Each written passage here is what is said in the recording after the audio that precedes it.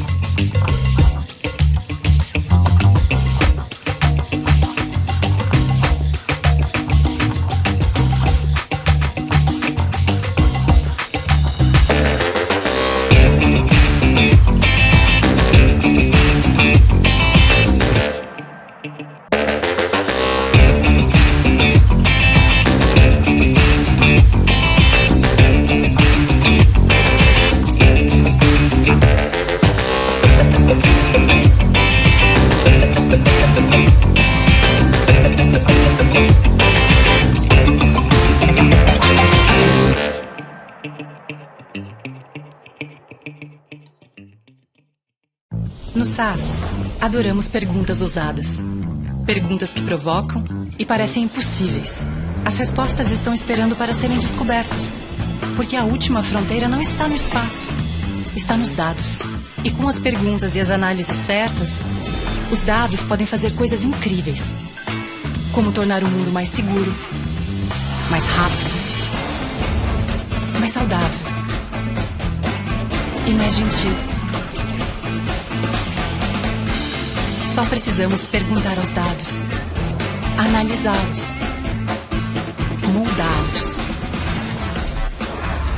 e usá-los de um jeito mais inteligente para todos, em qualquer lugar. Com o SAS, você pode transformar dados em respostas e fazer as perguntas que fazem o mundo avançar. SAS. Curiosity Forever.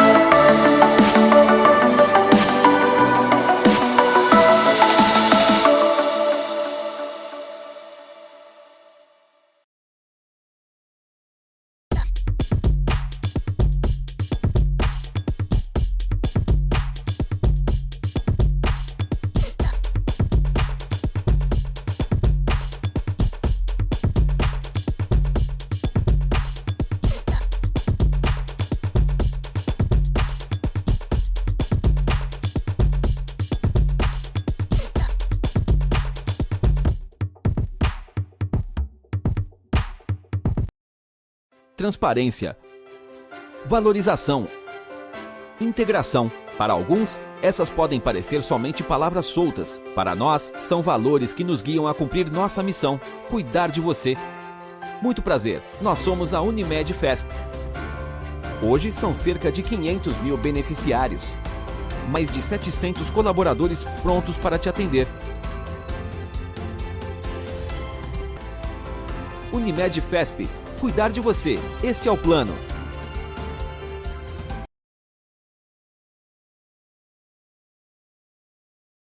Muito bom dia, sejam todos bem-vindos ao Compliance Cross Américas.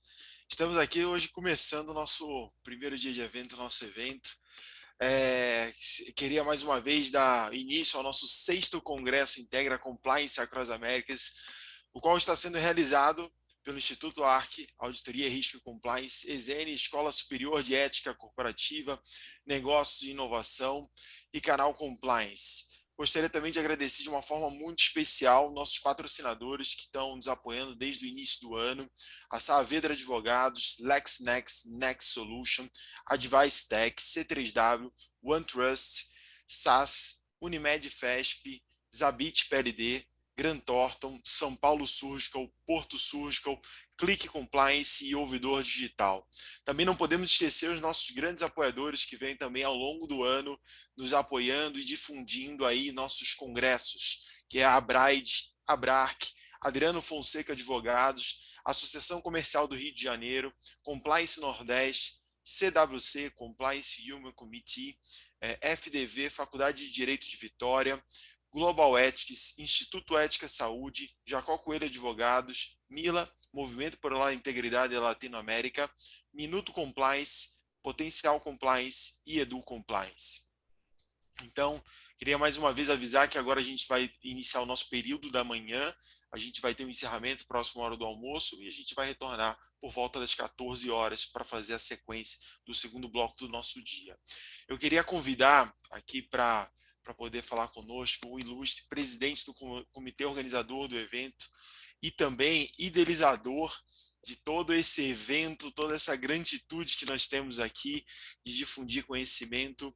Eu queria convidar o doutor Giovanni Saavedra. Doutor Giovanni, eu queria passar a palavra para você fazer a abertura do nosso evento oficialmente. Bom dia, Márcio, tudo bem? É uma Tudo alegria ótimo. a gente estar abrindo esse nosso 6º evento aqui. E eu queria, nesses minutinhos iniciais, só fazer uma retomada, assim, porque é um momento muito especial para nós, do evento, para o Instituto ARC, para a ESENE, e a gente gostaria, então, de compartilhar com vocês um pouquinho dessa história, um pouquinho dos nossos projetos aqui, para todo mundo conhecer também um pouquinho mais do nosso evento, né? Nosso evento é um evento já tradicional, que está na 6ª edição. E por que eu digo que ele é tradicional? Eu estava pensando aqui, tudo que, né, os colegas têm me dito, a ESENE e o ARC fizeram tanto pela área de compliance. O que eles estão pensando quando falam isso, Márcio? Eu estava aqui pensando, já que a gente está organizando, né, a gente termina um, já nem terminou um, já está pensando no outro, né? Então, eu estava tentando lembrar aqui, será que todo mundo que está em casa sabia que essa WC surgiu num evento do Congresso Integra? Então, eu estava lá, né? Compliance Women Committee surgiu exatamente nesse evento. É uma iniciativa incrível que mudou, né? A Anne e a Juliana mudaram o cenário do compliance no Brasil, trazendo uma parte muito importante, uma reflexão muito importante para a nossa área, e surgiu num evento do Integra, lá atrás. Foi lançado lá, eu estava presente, vi a Ana e a Juliana apresentando. E a gente tem uma série de outras iniciativas. A gente desenvolveu a primeira Expo Compliance, a primeira exposição de compliance, uma feira grande que também não tinha. A gente criou a primeira feira de livros de compliance, que foi um sucesso. Eu lembro como se fosse hoje um monte de gente lá, quantidade de livros. O pessoal ficava me dizendo, quem é que vai comprar livro? Acabaram os livros, as editoras tiveram que sair correndo, procurar os livros. Claro, tinha tudo, né? Quem gosta de livro como eu sabe que é difícil, às vezes, achar no mesmo lugar, especialmente naquela época a gente não estava tão habituado com lojas virtuais, os livros de compliance. A gente também inovou com o primeiro prêmio de compliance, mas não um prêmio qualquer, um prêmio que tinha por objetivo salientar iniciativas que fizeram crescer a integridade, compliance no Brasil, nas Américas, né? Então, a gente premiou uma série de iniciativas muito interessantes, iniciativas em escolas, iniciativas como Potencial Compliance, CWC e outras tantas, né? A partir daí também surgiu a ideia de a gente ter uma escola de negócios que fosse para além das certificações de compliance, etc., e trouxesse outros elementos, tivesse uma editora também, a gente criou a Ezene, e com todo esse sucesso, né, em 2020 a gente estava planejando um mega evento incrível. Aí, como todos nós, a gente foi surpreendido com a questão da pandemia, a gente foi obrigado a se reinventar. Uma coisa que foi aparentemente para nós, naturalmente para todo o Brasil, que foi com certeza uma situação, uma tragédia, uma situação negativa, mas que para nossa organização de evento também parecia negativa, a gente tentou transformar e se reposicionar para tentar manter viva essa vontade de conectar, de vincular as pessoas. Então, foi nesse contexto também, Márcio, que foi uma alegria para nós que você entrou no nosso time aí, teve um impacto muito importante. Em 2020, eu lembro da gente batendo cabeça sobre a melhor maneira de fazer, aprendendo como é que se faz evento online, como vocês podem achar que é simples, mas não é. A gente tem que lidar com um monte de questões de certificação, etc. A gente foi obrigado a se reinventar e a gente sentiu que algo que aparentemente trouxe uma situação negativa acabou fazendo a gente se tornar melhor ainda. Então, surgiu nesse contexto, finalmente a gente deu vida ao canal Compliance, que eu convido todos a visitarem o nosso portal de compliance com materiais, vídeos, inclusive dos outros eventos, né? Então, entrem lá, vejam todos os vídeos dos eventos anteriores, artigos. Se vocês têm artigo, querem publicar, a ideia desse portal é exatamente congregar conhecimento. Então, surgiu nesse contexto o canal Compliance. A gente também conseguiu congregar todos os nossos parceiros em todos os estados, é aquela minha ideia já antiga da gente ter os eventos regionais e também o evento nacional fluiu muito bem. Então, eu queria agradecer a todos os nossos embaixadores regionais, Adriano, Fernanda, todo mundo, né?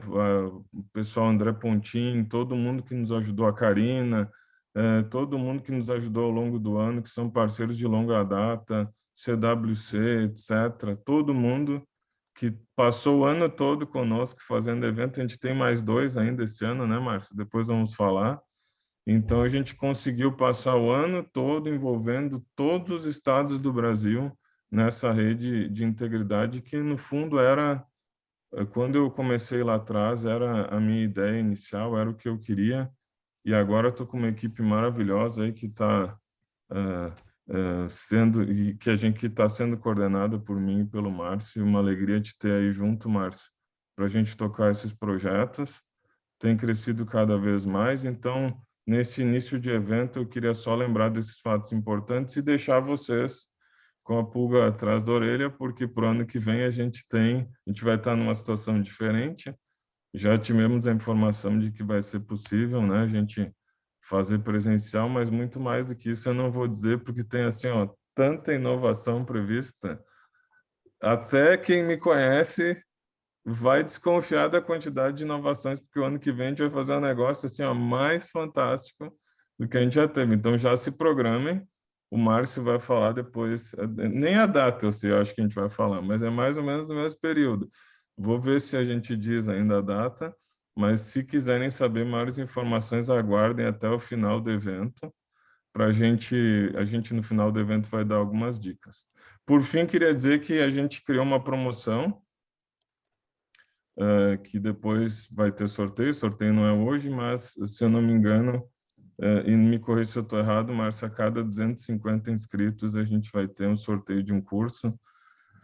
Então, eu vou passar a bola para o Márcio aqui, para a gente continuar com o evento, ele explicar um pouquinho melhor como vai funcionar, e queria, pessoal, desejar a todos nós um super evento.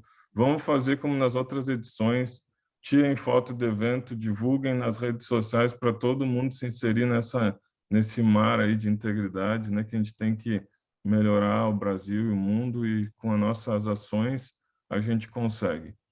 Então, compliance é mudar o mundo, esse é meu slogan, né? A gente tem que mudar.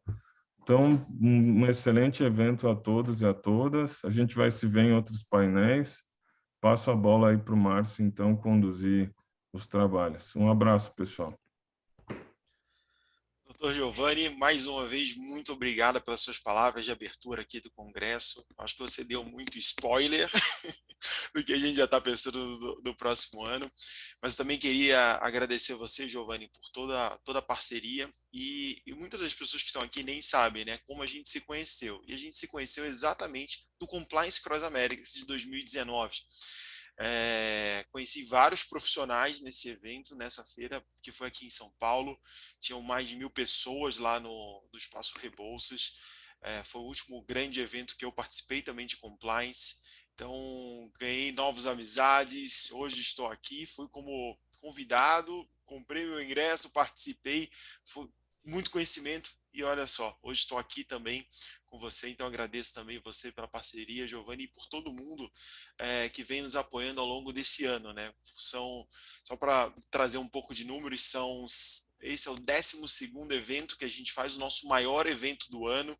Então já aconteceram 11, já aconteceu um internacional, junto com o pessoal da Nova lá de Portugal, com o Dr. Francisco, que também vai estar aqui com a gente no último dia, no dia 21, que é um grande parceiro nosso lá em Portugal. Então, foram muitos eventos nacionais e internacionais. Então, acho que esse é um ponto bem legal. A gente conseguiu ao longo também, Giovanni, em nossos eventos, mais de 300 pessoas por evento participando com a gente. Então, a gente vem crescendo e difundindo a cultura, que é uma coisa que você sempre falou, mas a gente precisa trazer conhecimento para o público.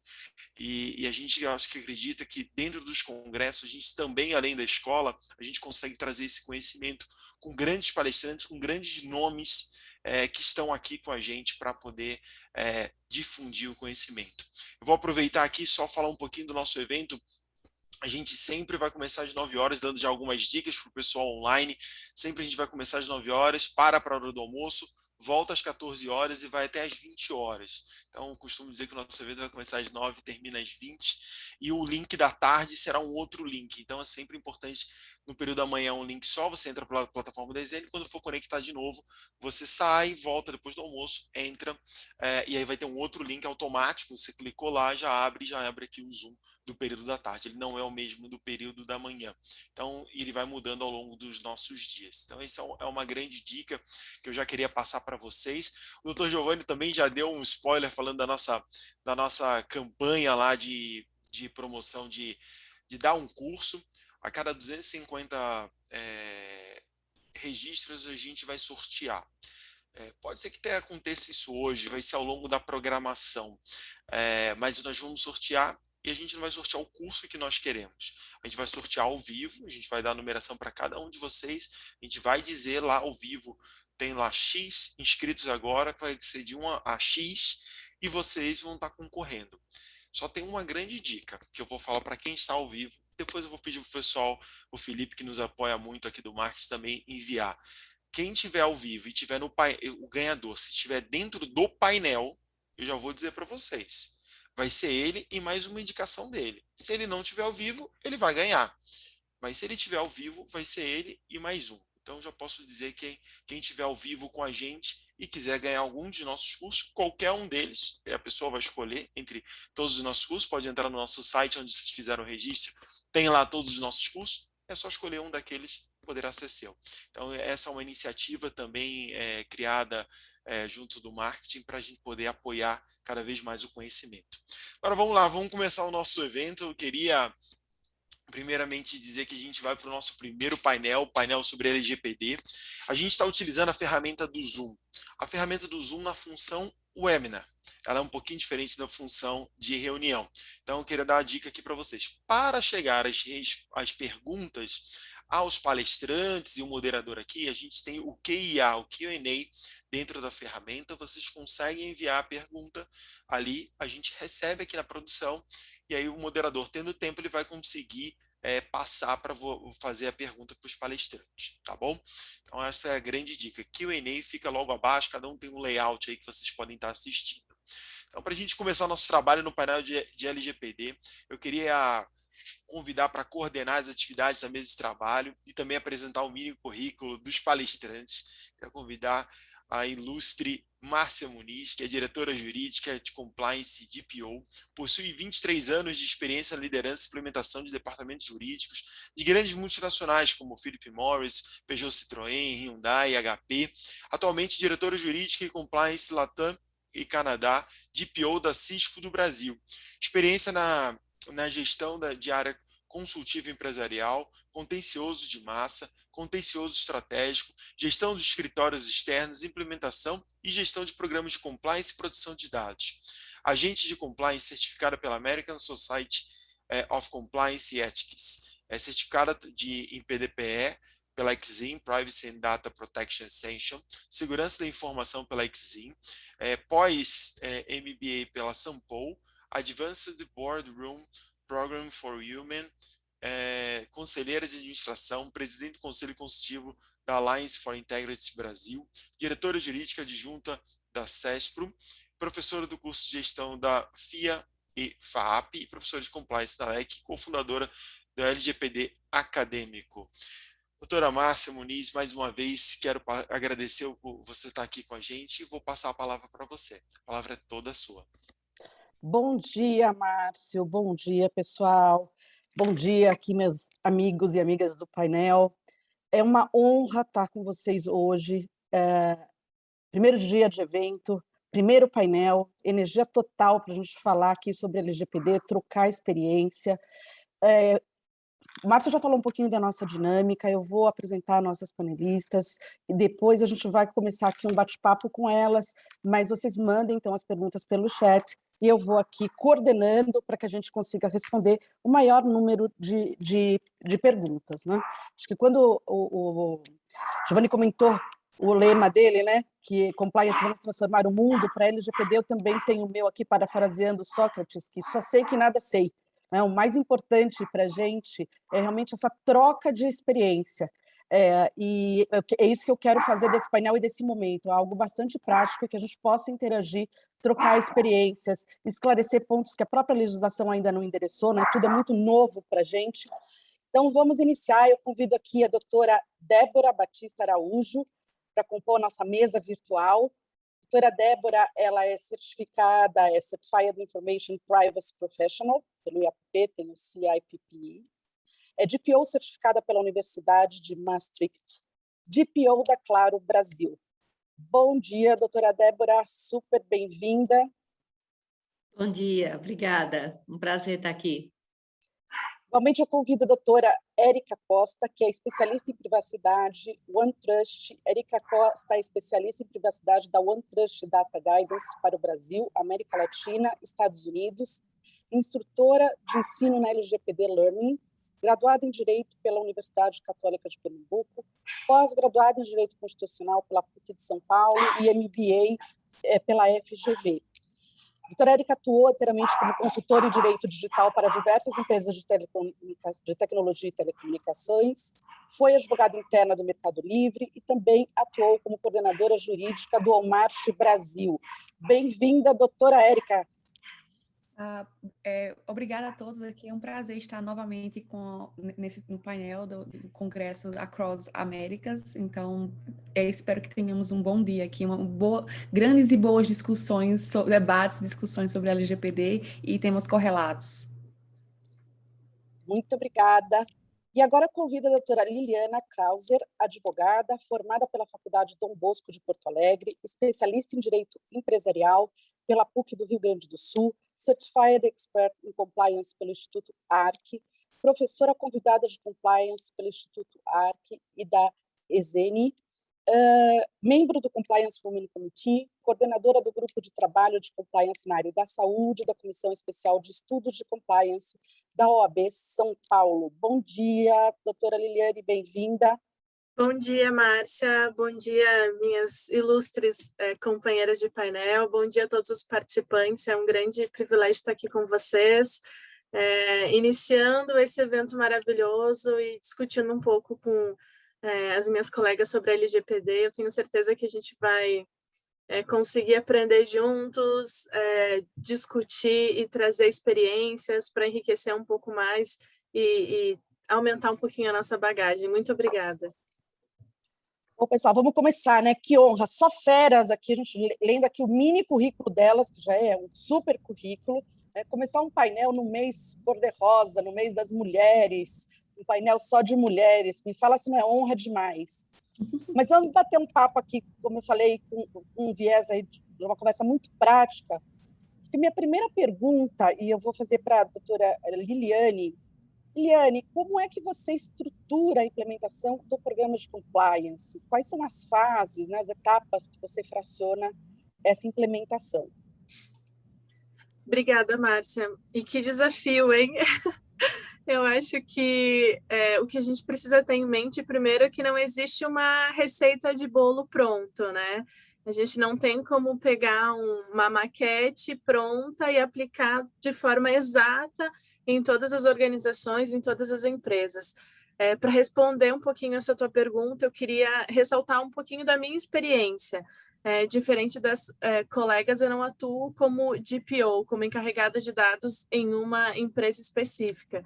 Eu atuo como consultora, auxiliando diversas empresas na implementação do programa de integridade de dados, né, da implementação da LGPD. Então, nesse sentido, eu percebo que depende muito de cada organização. A gente tem uma metodologia, a gente tem uma ideia de trabalho, mas quando a gente chega e encara a realidade da empresa, existem muitas situações que precisam ser encaixadas, que precisam ser melhoradas de acordo com a realidade fática do local. Mas, de forma geral, a nossa metodologia, o que a gente tem adotado para fazer uma implementação efetiva nas empresas, ela passa por praticamente 6 etapas. A primeira etapa a gente chama de entendimento. Essa é uma etapa tanto para nós, consultores, de conhecermos a empresa, de entendermos a realidade, a operação da empresa, qual que é o negócio da empresa, é B2B, é B2C, qual é a operação que rege a atividade principal da empresa, entender se existem já políticas, qual que é a cultura da empresa. Então, essa etapa de entendimento serve para a gente realmente entender o negócio e, a partir daí, iniciar alguns programas de treinamento, de conscientização. E aí vocês podem pensar, poxa, mas treinamento já na primeira fase, qual que é o objetivo de fazer um treinamento inicial? As fases seguintes dependem muito da interação com os colaboradores. Eu, como consultora, não conheço a empresa. Eu preciso chegar na empresa, conhecer e, a partir daí, começar a fazer entrevistas com os colaboradores para entender os processos que tratam de dados pessoais, como eles recebem dados, com quais ferramentas, com qual finalidade. Se as pessoas não entenderem o mínimo de LGPD para conseguir depois me trazer as respostas vão vir de forma insatisfatória. Então, esse entendimento é extremamente necessário, tanto para mim como consultora, quanto um workshop de conscientização geral para os colaboradores. A gente tenta realmente colocar todo mundo na mesma página e demonstrar o quanto o nosso cenário jurídico mudou depois da aprovação da Lei Geral de Proteção de Dados. Então, a primeira etapa que a gente inicia é essa etapa de entendimento, tanto para nós consultores, quanto para os colaboradores, para a equipe interna. A segunda etapa que a gente realiza, então, é uma etapa de análise dos processos, de catalogar os dados, realmente realizar o data mapping. Nesse sentido, a gente utiliza de entrevistas com os colaboradores, análise das políticas, dos POPs, das instruções de trabalho, tudo que a empresa já tiver construído de processos, para que a partir daí a gente consiga fazer o desenho do caminho do dado pessoal dentro dos processos da empresa. Então, realmente identificar a finalidade da coleta do dado, classificar quais os dados são utilizados em cada atividade, se tem dados sensíveis, se tem dados de menores de idade, e aí, a partir daí, construir essa fase inicial do data mapping. A terceira etapa, então, que a gente utiliza é uma etapa que a gente não faz sozinho. E a LGPD, ela tem muito disso, eu queria deixar isso bem claro. Eu sou uma profissional, eu sou uma advogada, eu sou uma profissional jurídica, a minha formação não é de tecnologia da informação. Então, a LGPD, ela é um trabalho multidisciplinar. Eu não consigo implementar a LGPD sozinha. Eu não tenho expertise técnica para implementar a LGPD sozinha. Então, é importante que a gente tenha isso em mente, que a gente precisa de um parceiro da área de tecnologia para nos ajudar nessa implementação. Muitas empresas, muitos nossos clientes têm uma área de TI própria que nos ajudam a fazer toda essa análise das vulnerabilidades de TI da organização. O que eu quero dizer com isso? Onde os dados estão armazenados? É num servidor físico? É nas nuvens? Existem ferramentas de segurança? Tem firewall? Tem antivírus? Tem a possibilidade de simular um ataque para entender qual é o nível da nossa segurança? Então, todas essas medidas são adotadas junto com um profissional de tecnologia da informação e de preferência que tenha uma especialização em segurança da informação e LGPD para dar todo o suporte técnico necessário nessa parte.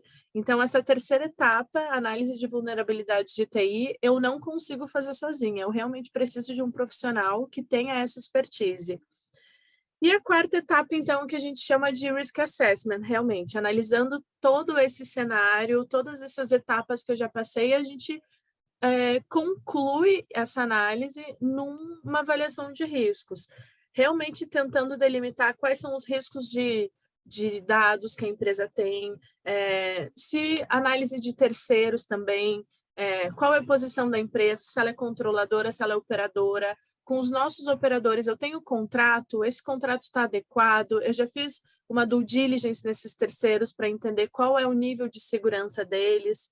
Então, a gente faz essa avaliação de riscos de forma global em toda a empresa, entendendo a posição, principalmente que a empresa tem. Se ela é considerada controladora desses dados que detém ou se ela é considerada operadora. E, por fim, então, o resultado dessa avaliação de riscos é um plano de ação, um plano de implementação, com todas as medidas que são tomadas, analisando qual que é a base legal para cada dado, para cada atividade coletada, para cada dado pessoal coletado relacionado à atividade da empresa, as operações. Então, com base nessa avaliação de riscos que determina a base legal, a gente elabora o plano de implementação, com todas as medidas que precisam ser tomadas. Elaboração de termos de consentimento, revisão de contratos, inserção de cláusulas de privacidade e proteção de dados, reforço, muitas vezes, da estrutura da empresa no sentido de investir em ferramentas que sejam adequadas para a segurança da informação. E a última etapa, então, é a implementação efetiva de todas essas medidas identificadas. Então, vocês podem perceber que não é um trabalho simples, não tem como a gente implementar a LGPD em um mês, em uma semana. Eu até, no começo, via algumas charges, né, como um cartaz, aqueles cartazes que tem nos postes de luz na rua, traga o seu amor em 3 dias e implementa a LGPD em 24 horas. É mais ou menos nesse sentido, é mágica se alguém falar que consegue fazer tudo isso num período curto de tempo. A implementação, ela leva realmente um tempo e é um trabalho bem árduo. E eu estou em diversas fases nessa implementação com vários clientes. Alguns a gente já está na fase de implementação das medidas, que a gente percebe que precisa se reinventar. Outros a gente ainda está refazendo a análise de mapeamento de processos, de dados pessoais. Então, eu consigo visualizar isso de diversas formas. Acho que é isso, que aula, doutora! Que aula sensacional! E acho que você tocou em vários pontos extremamente importantes, mas tem um que me chama bastante atenção, que é a questão de que o DPO, a área de privacidade, não vai implementar o programa sozinha mesmo. É impossível, né? É um programa aí de multi-stakeholders e que a gente precisa engajar desde o primeiro momento. Uma coisa que a gente faz na Cisco e que eu acho que é bastante útil pensar com um comitê de proteção de dados, pegar quais são as áreas aí mais relevantes nesse processo. Óbvio, não vai fugir de ter ali a tecnologia de segurança de informação, não vai fugir, no meu modo de entender, a não ser que seja realmente uma empresa muito pequena, a área de recursos humanos, porque eu falo, toda empresa trata dados. Eu já ouvi isso várias vezes, falar, não, eu não tenho, porque eu não lido com o consumidor final. Então, você trata dados, não tem como, você tem funcionários, você tem representante legal, você vai tratar dados. Então, acho que fazer uso do comitê de proteção de dados nos auxilia muito, assim como os embaixadores de privacidade também, né, que são nas áreas mais sensíveis, seria o meu sonho de consumo, tem em todas as áreas, mas acho que ninguém consegue atingir esse grau aí de excelência, ter um embaixador que seja o seu porta-voz dentro daquela área que também possa te trazer informações, né? Porque é desafiador. E, de fato, eu fico pensando, alguém já acabou de implementar um programa de proteção de dados? Não. E eu acho que nunca vai acabar, porque é um monitoramento constante, né? É tudo muito dinâmico. Depois, Doutora Érica... Desculpa te interromper, Márcia, mas depois que a gente termina de mapear as atividades, surgem novas atividades, surgem novos processos. Então, novas realmente... orientações, né? A autoridade está aí, super ativa. Exatamente. Não acaba nunca. Verdade. Doutora Érica, doutora Débora, comentários, acho que a gente também queria ouvir em que fase aí vocês estão, alguma remarca aí de algo relevante desse processo até agora? Uhum.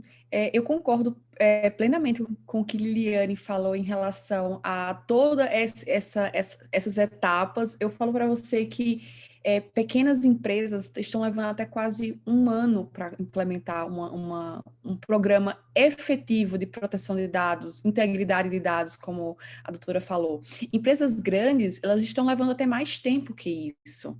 E eu falo para vocês, quando eu escuto o termo projeto de implementação, eu acho que até um projeto parece que é algo estático, né? Você bota uma foto e é aquilo. Não, é um programa, é infinito. É igual um programa de compliance para temas como lavagem de dinheiro ou outros temas correlatos. É um programa ad eterno. Você vai ter que manter aquele programa. Não adianta só você estruturar esse projeto lindo, você fazer aquele primeiro assessment, ter aquela fotografia. É um filme, é um longa-metragem sem enfim, é quase uma série Harry Potter, Senhor dos Anéis, várias temporadas que vocês vão ver que vai acontecendo. E não adianta nada estruturar a melhor foto momentânea de quando você estruturou aquele projeto inicial, se você não manter, se você não se atualizar. Principalmente aqui no cenário Brasil, quando a gente vê que a nossa autoridade, ela está tomando, Autoridade Nacional de Proteção de Dados, a ANPD, ela está tomando corpo agora, está lançando alguns guias, alguns regramentos, que na palavra chique que a gente escuta lá fora são as guidelines que vem lá da União Europeia. Outro ponto é que a gente fica muito pautado em seguir o GDPR europeu como uma religião, só aquilo é certo e que não existem outras leis e regulamentos de proteção de dados ao redor do mundo. Existem, até mais interessantes para o cenário real, fático brasileiro. Às vezes a gente olha assim o cenário europeu muito maduro em relação à proteção de dados, a gente às vezes fica com aquela ansiedade de querer que a ANPD e a LGPD atendam com a mesma maturidade que um cenário europeu, até antes do pós-guerra, com vários calos e feridas em relação à proteção de dados, inclusive a questão do Holocausto, ciganos, etc., e direitos humanos e outras questões que se a gente for falar aqui, vai ser um congresso de uma semana para a gente só falar da questão histórica. Mas é bastante interessante todo esse contexto que foi trazido aqui.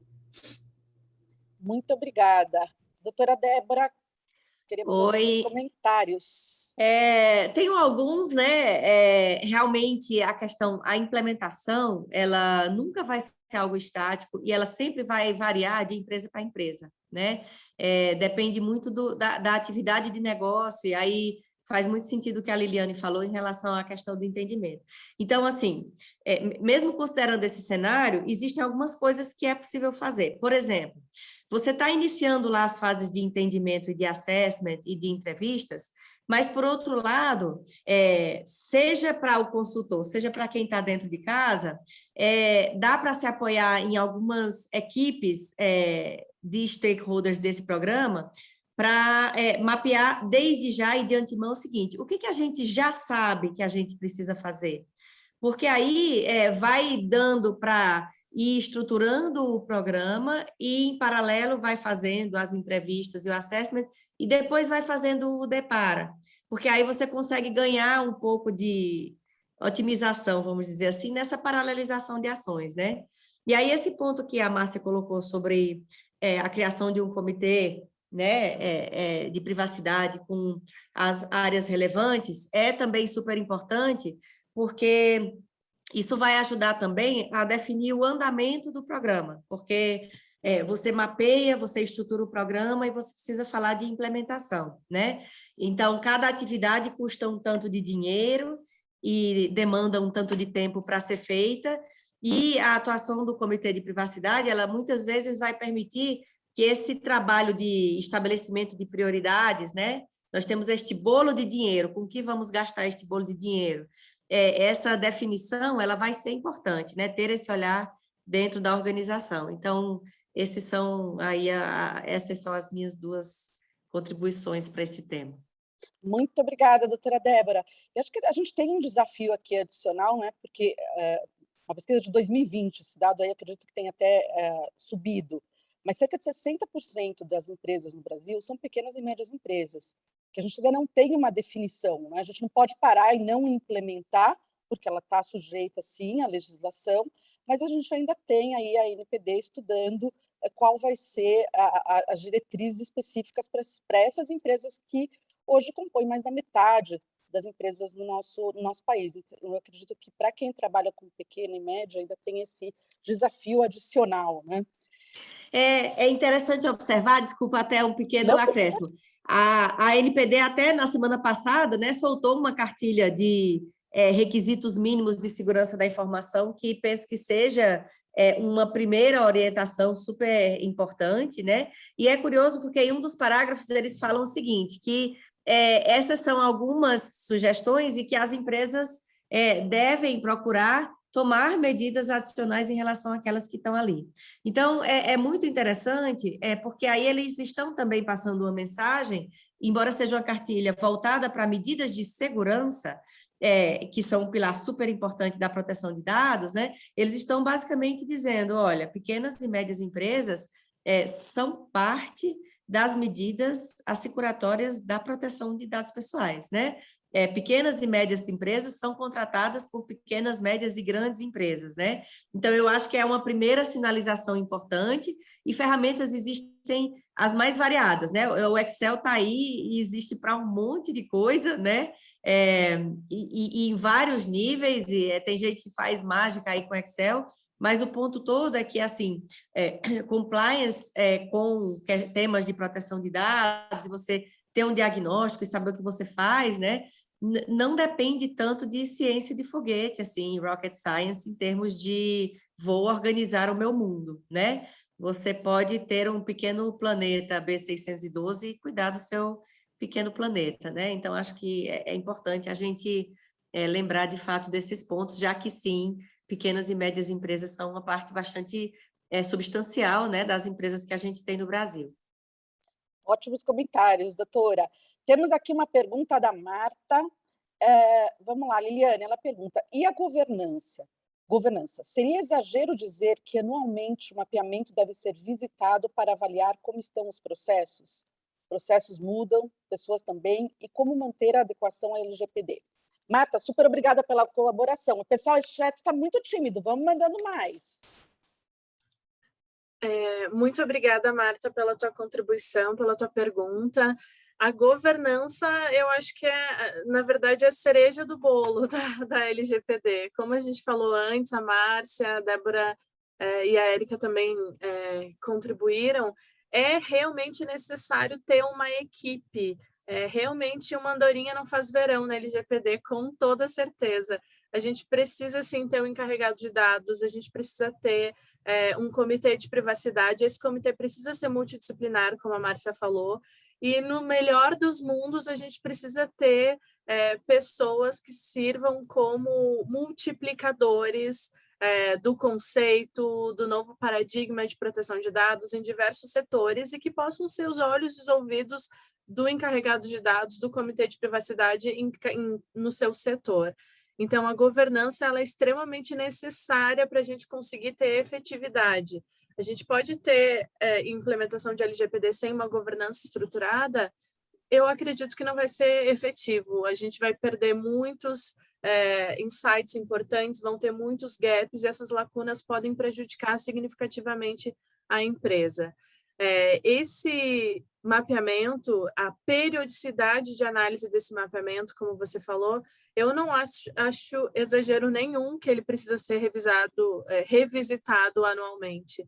Na verdade, a gente percebe que, à medida que a gente vai implementando, a gente, como até a Débora falou, é constante, a gente não termina nunca. E a Érica também. Então, muitas vezes a gente está finalizando e a gente já percebe a necessidade de implementar algumas medidas, e essas medidas já não estão adequadas com o que foi mapeado inicialmente.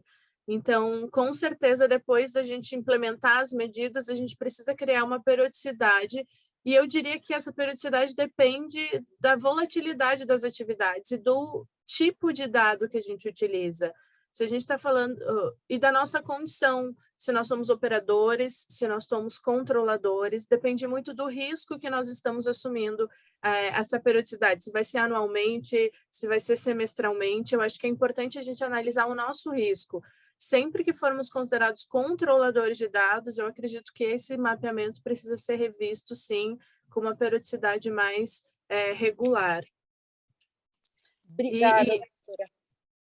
E essa manutenção, a LGPD, ela realmente é um desafio. Como a Débora e a Érica falaram antes, a gente não consegue tirar uma foto e ter essa foto por um período significativo.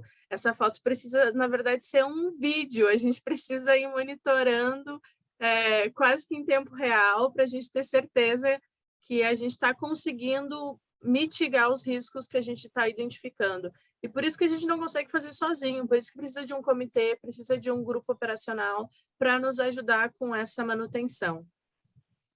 Eu posso adicionar um ponto aos ótimos pontos que a Liliane já colocou? É que, assim, acho que tem uma questão super importante aí, que é assim, a LGPD, ela até já prevê que a ANPD vai dispor sobre a obrigatoriedade ou não, né, de nomear DPO para determinadas empresas, especialmente pequenas e médias empresas, né? Mas aí é super importante a gente lembrar que, independentemente da existência de um encarregado de proteção de dados na empresa, a governança ela vai ser algo importante. Porque o tema LGPD, ele sempre é um tema que envolve vários stakeholders, né? Envolve especialidades distintas, envolve a parte jurídica, envolve segurança da informação, tem muita tecnologia, porque precisa das pessoas que entendem o ambiente sistêmico da organização, que muitas vezes é um ambiente sistêmico bastante complexo, e essas forças vão se unir para governar o tema, independentemente da existência de um DPO, ainda que não seja mandatória a existência de um DPO, vamos dizer assim. Érica?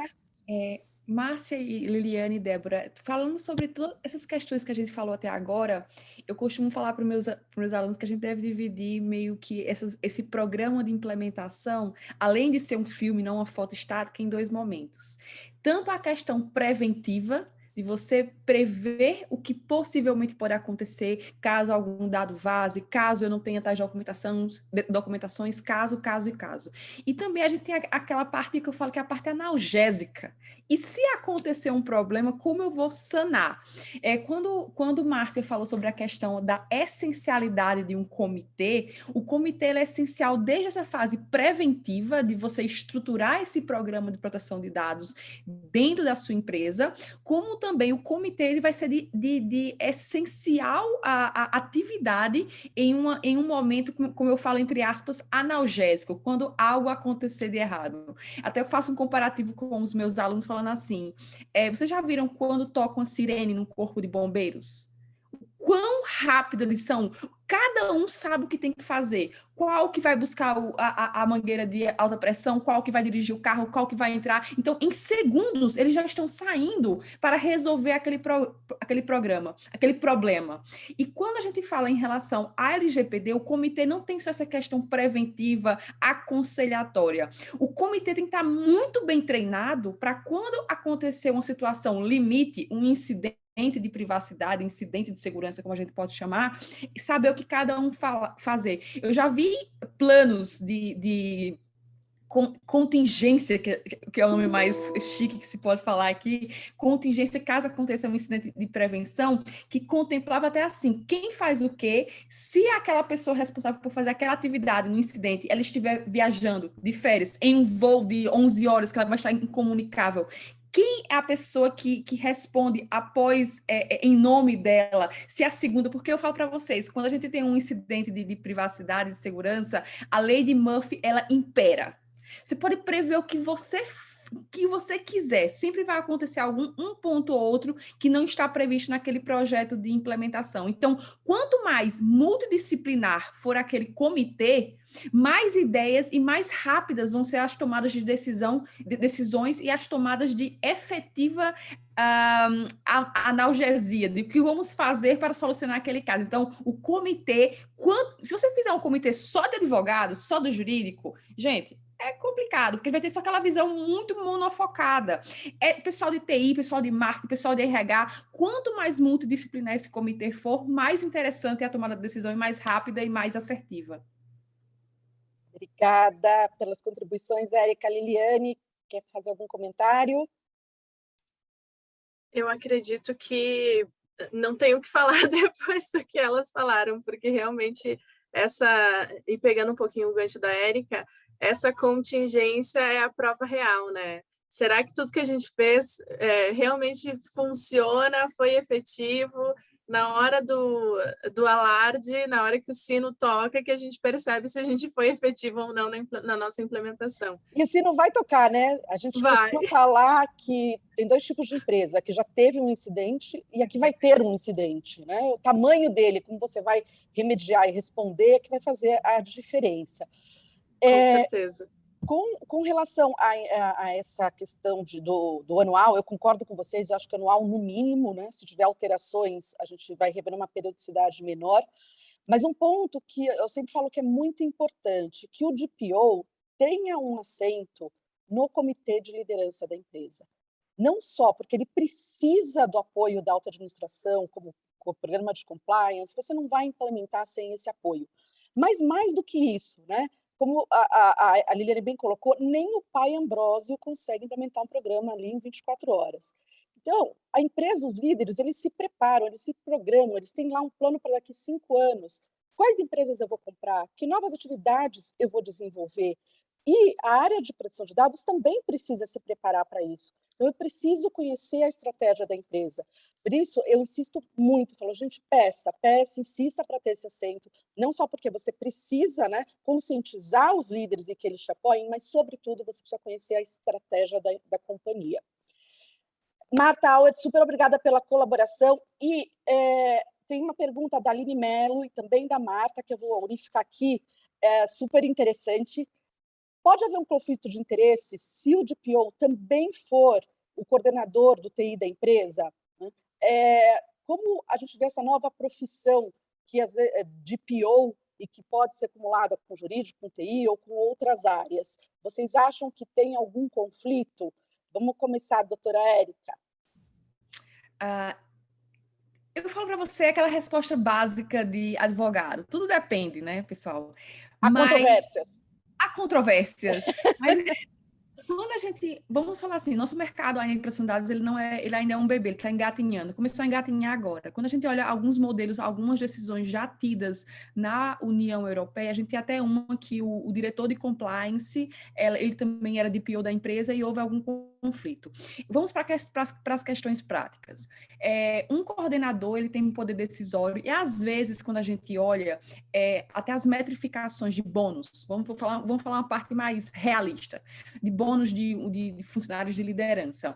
Algumas vezes os bônus estão atrelados à não ocorrência de um incidente de privacidade, a um não vazamento, a isso. Imagina se uma pessoa tem o bônus dela atrelada, não estou dizendo que ela vai fazer isso, e ela tem o dever, ela como DPO tem o dever de comunicação à NPD, dever de comunicação aos titulares. Será que nesse momento o mínimo e o máximo ético, ou então até o momento de decisão de reportar ou não aquilo para os seus superiores, à NPD, não vai pesar? Então, sempre quando a gente pensa esse fato, porque se você olhar de fato, a função do DPO, ela não falo para você que ela seria uma função 200% gerencial, porque às vezes tem DPO que não tem nem equipe, quando falo em relação de gerenciar pessoas, mas gerenciamento de processos.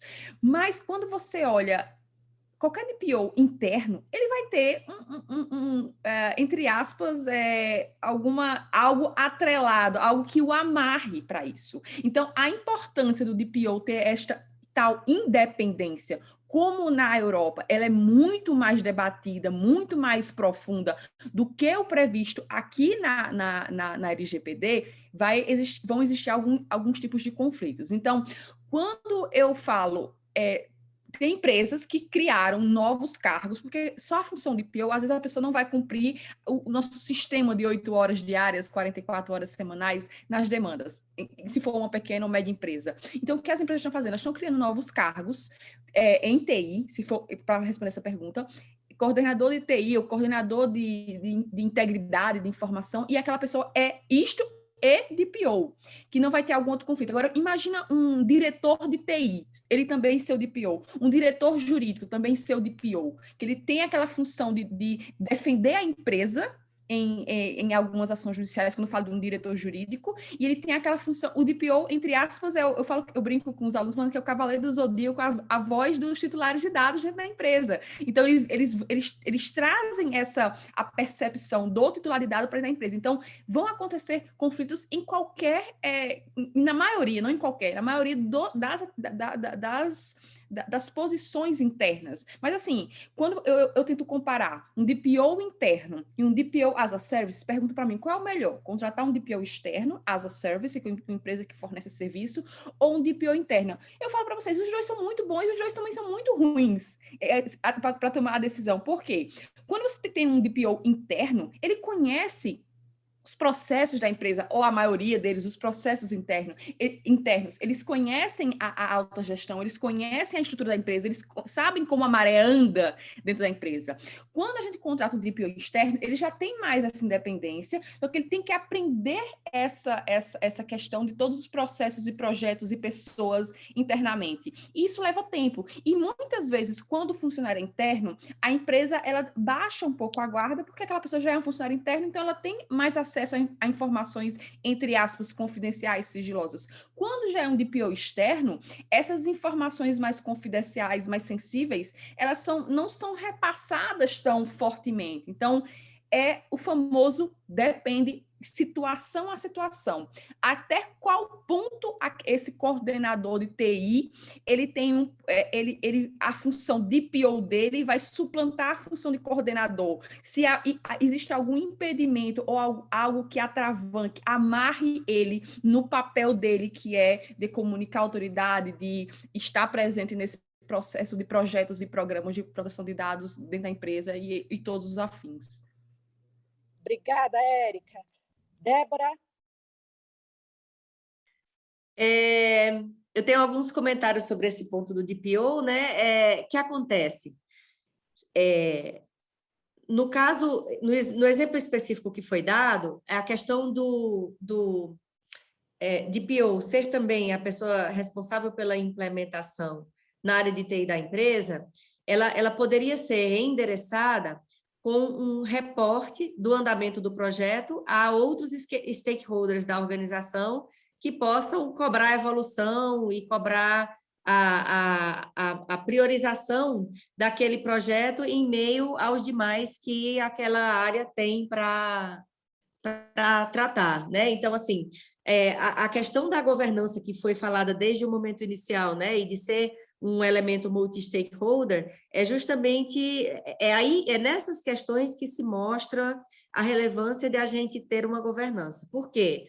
Por isso, porque, ok, eu tenho esse DPO, então como é que eu vou ter certeza de que todas as pessoas estão olhando, né? E aí vai haver um fórum em que vai haver um reporte dos projetos de TI. Então, tá bem. Onde que está a priorização do programa LGPD dentro do portfólio das implementações da área de TI, né? Então, esse é um ponto. Existe um segundo ponto que eu gostaria de trazer a todos, que é assim, existe muito estudo já na União Europeia em relação ao papel do encarregado de proteção de dados, né? E a nossa LGPD, ela saiu um pouquinho diferente em relação ao papel do DPO, porque ela não fala sobre a independência, embora ela fale, sim, sobre a necessidade de ser alguém que vai mediar as relações com os titulares e com as empresas, na verdade, com os órgãos governamentais e também com empresas que tratem de temas relacionados a titulares. O que é importante sempre, eu diria, é que, identificada uma situação em que se acredite que há um conflito de interesses, que isso seja documentado, pelo próprio DPO, inclusive, porque isso ajuda o DPO a se proteger em relação a eventual questionamento em relação à sua atuação, vamos dizer assim. E aí, eu gostaria de compartilhar com todos, se possível, um trabalho que saiu do CIPO, Center for Information Policy Leadership, falando do papel do encarregado de proteção de dados segundo a LGPD. Então, aí eles fazem uma comparação entre GDPR e LGPD, e eles falam um pouquinho sobre as características que são mais específicas da LGPD. E eu achei que é um artigo incrível, porque é um papel que está sendo construído, né? Como a Érica colocou, especialmente aqui no Brasil. E aí, sobre a pergunta que fala a respeito de que área que deve ser colocada no papel de DPO, né? É uma pergunta super importante e a gente fez vários workshops aqui com uma consultoria que implementou o GDPR em telcos e bancos na Europa, né? Então, veio uma consultora para o Brasil e a gente fez várias sessões de debate e foram mostradas várias estruturas possíveis. E um ponto que foi colocado em determinado momento foi o seguinte: olha, você não vai ter uma pessoa que vai saber de tudo, porque são muitos assuntos com especializações, de fato, né? Então, o que você vai fazer você vai escolher uma área do conhecimento que você acredite que para a sua organização vai fazer sentido, e aí um ponto importante, né, é que essa pessoa seria interessante que essa pessoa minimamente conhecesse a organização ou procurasse conhecer, ela vai aprender sobre como aquilo tudo funciona para ela atuar e navegar aqueles mares. Além disso, por exemplo, o DPO, ele atua também em todos os níveis da organização. A gente conversa desde com a pessoa que está lá escovando o bit e fazendo lá, e dando uma ideia mais específica e mais operacional, até os níveis mais executivos mais altos, em que você precisa fazer um exercício aí de condensação e de otimização de tudo que você viu e de apontamento daquilo que é mais relevante.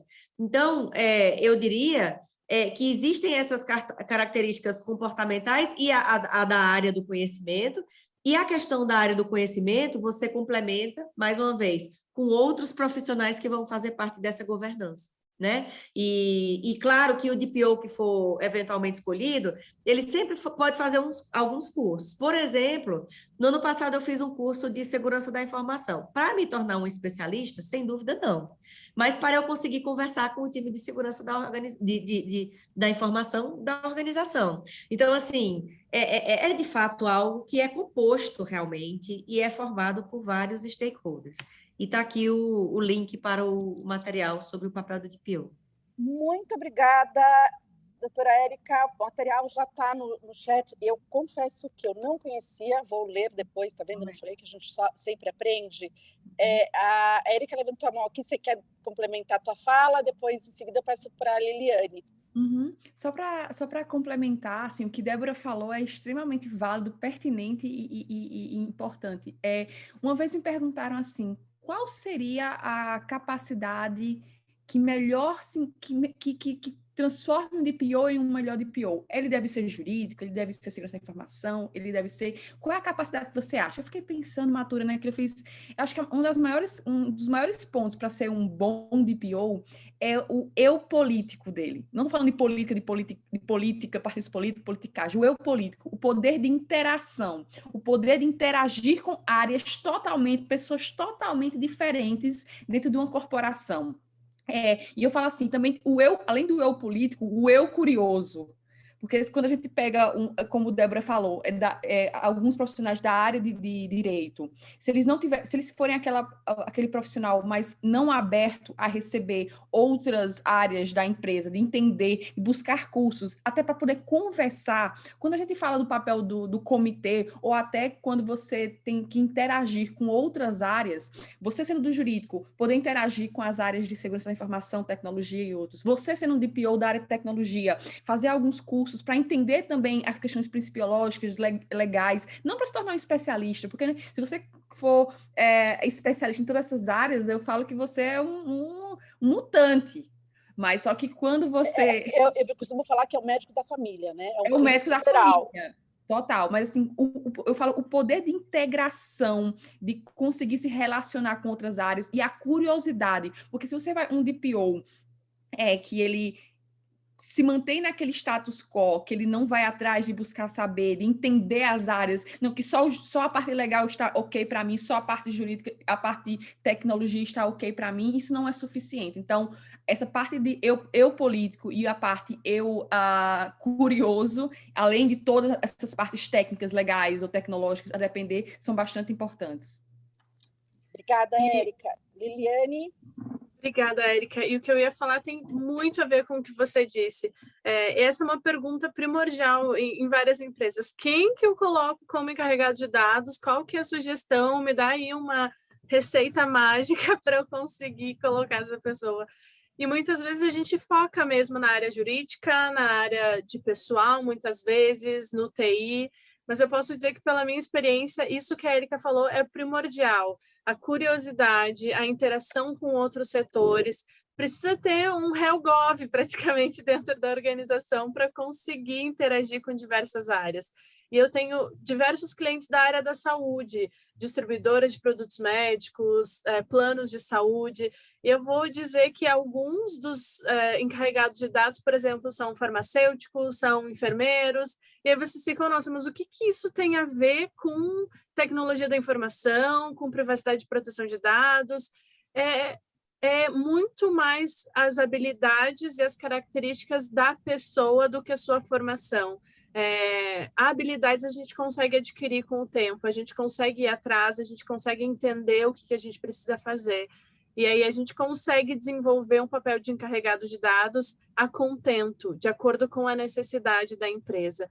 Então, a gente sempre vai ter essa dúvida. Será que existe algum conflito de interesse? Porque muitas vezes a gente vê mais jurídico, TI, e eu posso dizer que eu tenho tido experiências realmente com diversas áreas da empresa. A área da qualidade tem uma visão de controles internos, de sistema de gestão da qualidade, que é, assim, olha, as experiências têm sido maravilhosas com pessoas que têm essa característica, porque conhecem processos, porque sabem desenhar processos, porque conhecem as áreas da empresa de uma forma geral. A área de projetos também tem sido bastante produtiva e tem tido um resultado bem satisfatório. Então, de novo, não existe uma receita de bolo, depende da realidade de cada empresa. Se for uma micro e pequena empresa, a gente não tem como falar, contrata um DPO, depois contrata um gerente de TI, depois contrata um advogado interno para a gente fazer o comitê. E aí você tem que também contratar essa ferramenta de segurança, essa ferramenta de gestão do programa. Não dá, não faz sentido com a realidade da empresa. Então, a gente precisa realmente ver a realidade e adaptar e trabalhar com aquilo que a gente tem. para evitar o conflito de interesse, a gente precisa entender a realidade. Se o meu DPO, como a Débora falou e a Erika falaram, é o gerente de TI, e é ele que vai cobrar as ações do DPO, eu não posso ser eu mesma, Irene. Isso não funciona. Eu não posso estabelecer metas e eu mesmo buscar e cobrar essas metas. A gente precisa inserir novas instâncias de aprovação, de acompanhamento, de cobrança, e se houver métricas de remuneração e metas, como a Erika muito bem pontuou inicialmente, eu preciso avaliar isso com uma lupa muito mais apurado. Espera aí, se eu sou o gerente jurídico e o meu PLR, o meu bônus está relacionado com um incidente, está relacionado com respostas ao titular. Se eu responder o ANPD e comunicar, isso vai afetar o meu PLR? Então, tudo isso precisa ser analisado e caso a resposta seja sim, bom, aí a gente tem um red flag, a gente precisa criar uma medida para mitigar esse conflito de interesse.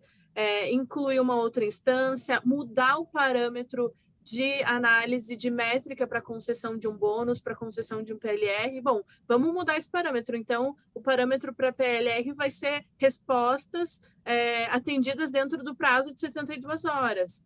Enfim, a gente precisa mudar os parâmetros, mas depende muito da realidade fática de cada organização.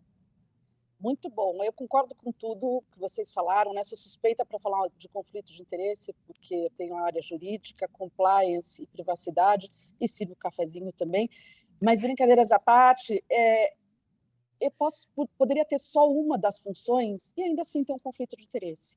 Então, eu não acho que um conflito ele nasce porque você cumula funções.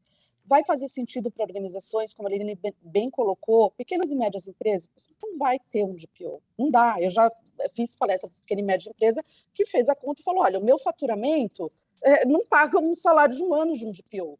E aí o ótimo é inimigo do bom, então vamos tentar conciliar.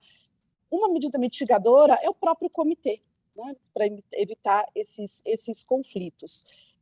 Tem uma decisão da autoridade na Bélgica, que penalizou uma empresa que o DPO também era responsável pela área de compliance. Que eu tenha conhecimento é a única decisão. Eu acho que dificilmente, não seria, no meu modo de ver, realista ter uma exigência como essa no Brasil, considerando aí o perfil da maioria das nossas empresas. E muitas vezes não é nem pela empresa ser pequena, pode ser o oposto. E aqui eu vou citar o meu caso. Eu tenho um time, uma área de privacidade enorme nos Estados Unidos. Não fazia sentido, pelo menos num primeiro momento, ter um DPO, somente DPO, aqui no Brasil. Porque a gente nem sabia qual era o tamanho que essa posição, como continuo não sabendo, qual é o tamanho que essa posição vai ficar. Né? O que a autoridade de fato vai exigir do perfil da minha empresa, o que eu vou ter que fazer aqui, o que eu vou contar com o suporte de um time que já existe. Então, o que a gente usou? Falou, olha, o que eu preciso nesse primeiro momento, que foi super colocado aqui pelas meninas e eu concordo? Alguém que conheça a empresa, conheça a atividade, tenha bom trânsito nas áreas, que vai conseguir, de fato, me trazer uma fotografia daquele momento, mas uma fotografia o mais completa possível. Então, foi por isso que eu falo que eu não sou de PO, eu estou de PO, talvez faça mais sentido daqui para frente a gente ter uma área própria, não sei, mas no meu caso, justamente por ter uma estrutura lá fora, que não justificava de imediato ter uma estrutura aqui. Então, cada caso é um caso, como elas falaram, não tem receita de bolo, pode ser um de fubá, como pode ser um ali de 3 andares, depende do perfil de cada empresa. Agradeço a pergunta da Aline e da Marta, e também foi o mesmo comentário que o Paulo Aracaque fez. Tem um comentário aqui do Clóvis Miller, que ele disse uma pergunta, mas uma ideia de implementar esse tipo de processos ligado a uma startup que está em saída e validação. Obrigada pelo convite, tem me ajudado muito em processos, programas de controle e regulação da minha empresa. Clóvis, bom ponto. Né? Também se aplica, a legislação se aplica para a startup. E a gente tem que lembrar que o que a startup quer? Ela quer buscar investidores. E hoje, as empresas fazem due diligence, como os meninos já colocaram, faz do fornecedor, faz na empresa que eu vou investir. Então, a startup ela já tem que nascer com essa cultura de proteção de dados e, obviamente, com um programa ali desenhado para o tamanho da sua atividade, mas, sobretudo, com o que a gente fala, né, o privacy by design. Tem aqui uma pergunta do Rodolfo: como sabemos que os processos mudam e pessoas também? Para uma melhor adequação LGPD, nada mais saudável é ouvir seus clientes. Como entendem essa temática e a importância da atribuição de um ouvidor no programa da LGPD? Meninas, alguém tem essa experiência do ouvidor? Porque eu vou aqui adiantar um pouco pela minha experiência. O que a gente tem, né, a interface com seus clientes, seus titulares de dado, é feita pelo encarregado, pelo DPO. Então, eu não tenho essa figura do ouvidor. Acho que é sempre válido escutar, mas, claro, tem que tomar cuidado com essa descentralização. Vamos lá, Débora. Olha lá, essas meninas são muito ricas de conteúdo, né? É o seguinte, a gente tem o nosso programa LGPD, tem um portal automatizado para atendimento às demandas dos titulares e tem o e-mail dpo@claroatendimento.com.br. Por conta da governança da ouvidoria, inclusive, a gente optou por colocar integrantes da ouvidoria, a gente treinou essas pessoas e colocou integrantes da ouvidoria respondendo a caixa de e-mails, porque o que é importante? A gente sabe que muitas vezes, por vários motivos. Um deles é que a gente sabe que entram muitas vezes em caixas do DPO temas que são de outro tipo de atendimento, né? E que precisam ser direcionados para outro canal, vamos dizer assim, de atendimento. Esse é um ponto. E o segundo é o fato de que, quando a gente vai fazer o mapeamento das principais questões e das principais reclamações, a ouvidoria é a fonte estatística, vamos dizer assim, né? Então, por exemplo, olha, eu recebo reclamação deste tipo de assunto nos canais tais, tais e tais, e aí, onde eles cruzam com o LGPD, eles também entram devidamente pela caixa de PO.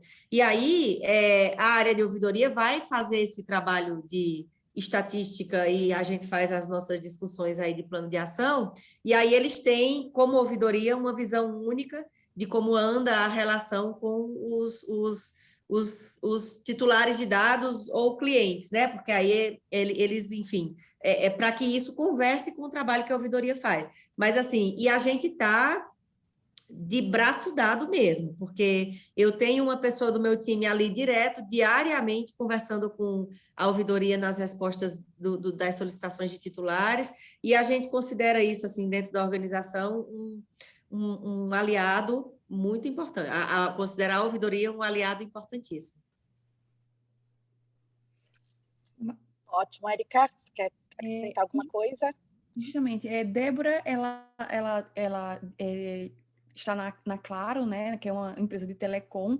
Quando a gente olha a leis que regulamentam a obrigatoriedade de se ter uma ouvidoria, como para o setor de telecom, o setor de saúde, áreas mais varejo, mais regulamentadas, essa é um caminho extremamente válido, importante e bastante interessante o modelo que Débora falou.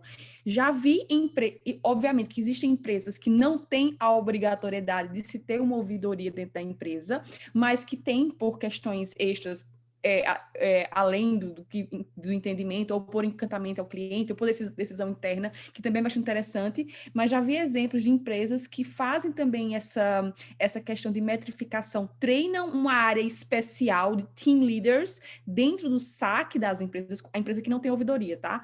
Treinam esse time específico para essas demandas de atendimento aos titulares. Existe também, é muito importante essa questão de estatística, de criar e verificar a quantidade de que está entrando, de volume de questionamentos e atendimento a direitos titulares perante o volume total de reclamações da empresa, pegando essa amostra menor de apenas de questionamentos sobre direitos titulares também, fazer os subtópicos, se é de acesso, se é de apagamento, que seja, até questões que vão além.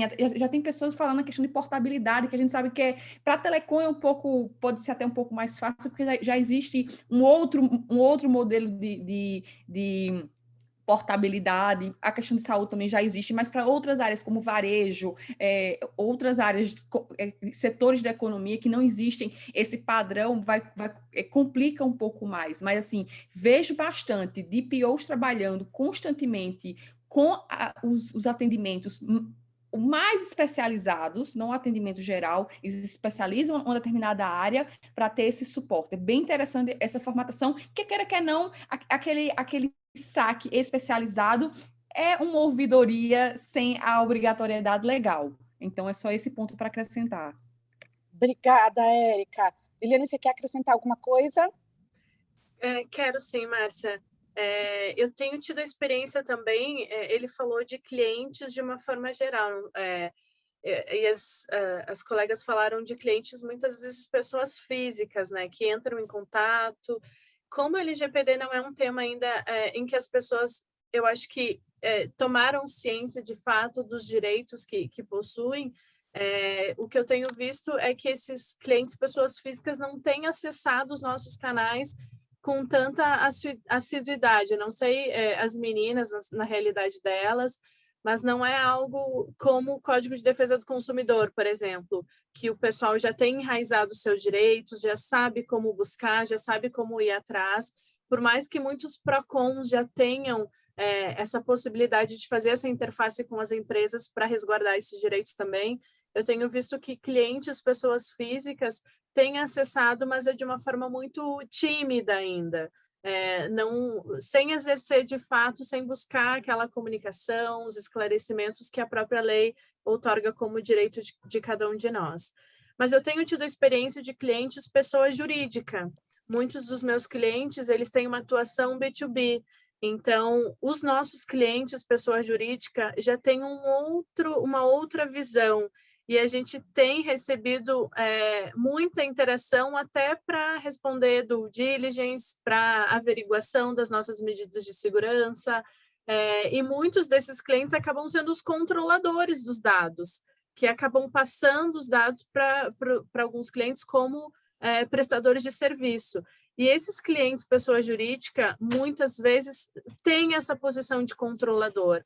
Então, acaba tendo uma medida e uma atuação mais constante, mais presente, não só pela ouvidoria, mas pelos canais oficiais da empresa, solicitando acompanhamento, solicitando preenchimento de questionários, solicitando evidências das medidas de adequação LGPD. Então, quando o cliente é pessoa jurídica, o que eu percebo é que muitas vezes ele é o controlador do dado. Então, essa interação de ouvir ele é mandatória, muitas vezes não é uma opção. E aí a relação, o deslinde dela acontece de outras formas, respondendo no questionário de due diligence, mostrando evidências dos controles de segurança dentro da organização. Obrigada, Liliane. O Fábio trouxe aqui um comentário, o Fábio Lima, super interessante. Ele diz que ele concorda plenamente com a interação com outras áreas, é algo fundamental pela minha experiência de PO. Observei o relacionamento bem próximo com o PMO, responsável por novos projetos, você consegue estar alinhado à necessidade de privacy by design. Olha, um testemunho super importante aqui, né? Bom, vamos lá, já que a gente falou aqui, tocou em titular de dados, meninas, eu quero ouvir de cada uma de vocês o seguinte: vocês têm percebido aí um aumento exponencial nas solicitações dos titulares de dados? E como vocês verificam a autenticidade desse titular? Solicita documento. E aí, também já ligado a essa pergunta, algo que eu me deparei, confesso, já discuti bastante, não tenho uma opinião ainda formada, né? Então, o titular entra em contato, eu peço que ele demonstre lá a autenticidade, depois ele quer que eu apague os dados dele. Como é que eu faço com essas informações, ou como vocês fazem, melhor, né? Essa é a vantagem de ser mediadora, porque eu posso fazer as perguntas aqui, não preciso responder.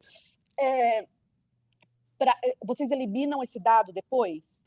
E uma outra coisa que eu vejo ser prática, o titular pede a exclusão, não quero mais receber e-mails de marketing, e a empresa mantém, então, uma lista daqueles clientes que não devem ser contatados ou incluídos nos mailings. fica para mim algo controvertido. Se o titular não quer que eu trate os dados dele, como é que eu vou deixar esses dados lá na lista de quem não quer ser incluído no mailing, por exemplo? Então, seguindo a ordem alfabética, doutora Débora, comentários. Vamos lá. A gente, desde que a LGPD entrou em vigor, né, a gente não viu um aumento substancial. A gente estava até esperando uma quantidade maior de demandas de titulares, mas ela se mantém mais ou menos estável aí, e a maior parte das solicitações está relacionada, assim, ao direito de acesso. A identificação do titular de dados, ela é feita na verdade, assim, existem duas possibilidades, né? A gente tem um portal de privacidade, então, a pessoa, se for um titular que é cliente ou ex-cliente até 6 meses, essa pessoa pode entrar com um login e senha.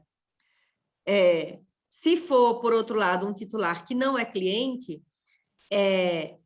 a gente vai poder mandar um token para o SMS ou e-mail que a gente já eventualmente tiver cadastrado em nossa base e que tiver sido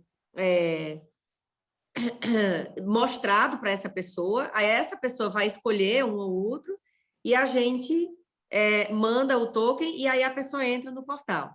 A gente não dá a possibilidade de que essa pessoa cadastre um e-mail ou senha, justamente porque pode haver uma atuação fraudulenta de fazer uma solicitação em nome de um terceiro, né? E nos casos em que não for possível fazer isso, a pessoa tem a possibilidade de mandar um e-mail para a caixa de e-mails. A gente pede que mande uma cópia do documento de identificação e a gente avisa que a gente vai fazer uma ligação confirmando se aquela pessoa, de fato, mandou a demanda aí como titular de dados, né? E aí, aproveitando, a Andréa Flores está perguntando o seguinte: e quando o titular se recusa a compartilhar o documento para confirmação de autenticidade, tudo bem recusar o atendimento à solicitação? Tudo bem. E você pode explicar que você pede o documento para evitar que sejam fornecidos dados para um terceiro indevidamente. Então, esta é uma medida de segurança. É muito importante que a gente lembre que os direitos dos titulares são um pilar super importante da LGPD, mas que existem vários artigos que dizem também que os direitos de titulares não são absolutos e devem sempre ser sopesados com outras questões, com outros direitos. Então, neste caso, o direito do titular receber informações a respeito dele, ele está sendo sopesado com relação à segurança do próprio titular de dados. Então, se você, controlador, não consegue confirmar que aquela pessoa se trata de quem ela diz ser, então a gente para por aí. Eu acabei não respondendo o resto, desculpa, eu ainda tenho tempo? Tem, claro. Então, e assim, sobre manter os dados para fins de exclusão, entendo que é uma medida proporcional e razoável, porque isso assegura que seja efetivado o cumprimento mesmo daquela solicitação do titular. Então, você mantém residualmente e para uma necessidade específica. Por quê? Porque pode acontecer de, em algum tratamento de dados para fins de marketing, aquele dado chegar lá de novo. E aí, se chegar lá de novo, você tem que ter uma maneira de identificar que você não deve abordar, né, ou que não deve tratar aquele dado. Então, sim, manter por uma via residual também é justificável e tem uma finalidade específica e com um propósito super bem delineado. Obrigada, Débora. Sabe que quando essa pergunta surgiu pela primeira vez, essa questão surgiu pela primeira vez, eu tinha uma posição muito fechada de que, para mim, era contraditório, deixaria de ter ali uma base legal, né, se ele pediu para excluir. Mas depois, debatendo, justamente o que eu ouvi e me balançou, e agora me convenceu, a doutora Débora acabou aí de firmar o meu convencimento de que é razoável, de fato, essa manutenção. Obrigada. Érica? O que a doutora Débora falou foi bastante interessante e albergou vários pontos que eu já iria falar, mas só para complementar alguns pontos. Até a própria LGPD e experiência de União Europeia, que é a lei mãe para a nossa lei filha aqui, entre aspas, não iguais, porém quase semelhantes, a questão de que quando eu solicito a identificação, um documento para aprovar que é A, eu já estou com a atividade mitigatória de não, se A é B e não me manda o documento, eu, como empresa, estarei vazando dados de terceiros. Então, como melhor prática e como metodologia razoável, a gente consegue aplicar a solicitação de solicitar um documento. Inclusive, no mercado hoje, inclusive na OneTrust, a gente já tem algumas ferramentas que a gente chama de data redaction, que a gente consegue até mascarar. Lembra aqueles documentos que a gente olha em filme, que tem aquela parte negra, assim, a parte borrada em preto, ou outra cor que você escolha, consegue fazer isso. Porque outro problema que eu vejo é o seguinte: direito de acesso de A, que às vezes solicita, quero todos os meus e-mails que eu troquei com a empresa, e às vezes menciona B. E quando você entrega esses dados para A, às vezes você está vazando dados de B. Então, com essas ferramentas já existe no mercado, você faz o data redaction, ou seja, o mascaramento dos dados de B para que A não tenha acesso. Então, isso é bastante interessante. E outro ponto que eu também vejo como risco, o Brasil é um dos países mais litigantes do mundo. Já vi no começo da vigência da LGPD, clientes que entravam, exerciam o seu direito de apagamento, as empresas têm aquela visão que realmente é um direito que não existe nenhuma barreira, que ele é amplo e restrito, que deve ser cumprido, apagavam os dados, todos, daquele cliente. E logo em seguida, o cliente moveu uma ação contra a empresa. E a empresa não tinha mais dados, aquela empresa que foi um pouquinho mais ansiosa e realmente apagou tudo e não manteve algum tracking, não com todas as informações, mas com algumas informações pertinentes, elas não conseguiam elaborar subsídios para apresentar em sua defesa em um eventual processo judicial. Então, sempre fazer essa balança, esse check and balance de colocar as medidas razoáveis, até previstas na lei para isso também. Então, era só esse ponto que eu gostaria de acrescentar. Muito obrigada, Liliane. Eu vou acrescentar rapidinho também o que eu tenho visto como ferramentas para mitigar esses riscos, né? Porque acaba sendo um risco. Um formulário simples de solicitação que a gente tem implementado em muitas empresas, falando e explicando para o titular de dados que, dependendo da solicitação, do direito que ele quer exercer, existem alguns requisitos. Se ele quer somente identificar quais os dados a gente vai informar quais os dados a gente tem, sem descrever o dado especificamente. Olha, a gente tem o seu RG, a gente tem o seu CPF, a gente tem a sua data de nascimento. Não necessariamente eu vou informar a numeração desses documentos para o solicitante. Agora, se ele quer checar esses dados, se ele quer entender se eles estão atualizados, aí a gente, ou até mesmo pedir a exclusão desses dados, dependendo do direito que ele quer exercer. No próprio formulário inicial, a gente fala, olha, se for a solicitação de exclusão, a gente vai manter esse registro de solicitação e o seu dado aqui desse formulário, como nome, e-mail, telefone, enfim, para fins de comprovações futuras de que o seu direito foi exercido de forma adequada, exatamente para não acontecer esses riscos dos quais a Érica acabou de pontuar. Então, a gente pode pensar, sim, em ferramentas para atender o direito, para que o direito do titular de dados seja exercido, mas que isso também não afete os direitos da empresa de comprovar que agiu de forma adequada, agiu dentro dos parâmetros legais. Então, é só isso que eu queria contribuir também. Obrigada, doutora Liliane.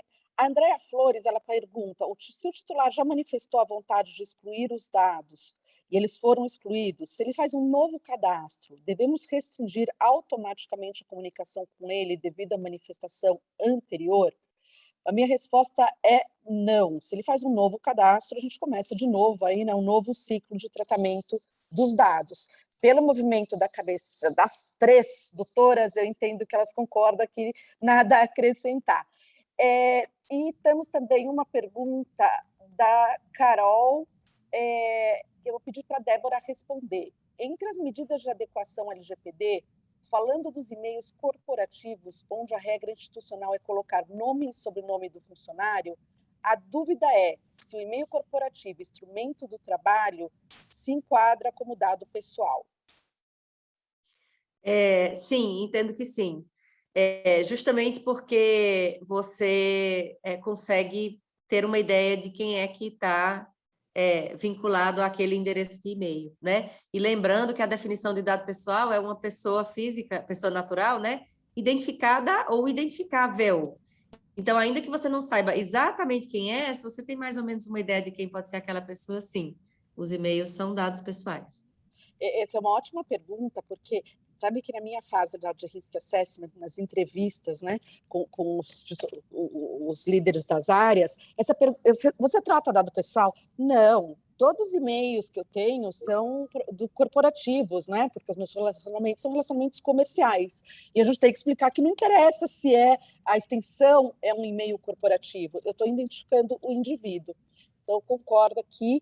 E temos também uma pergunta da Juliana, que é: nos casos em que uma empresa parceira nossa solicita o nosso banco de dados, podemos negar esse compartilhamento, já que não tem o prévio consentimento dos titulares por escrito?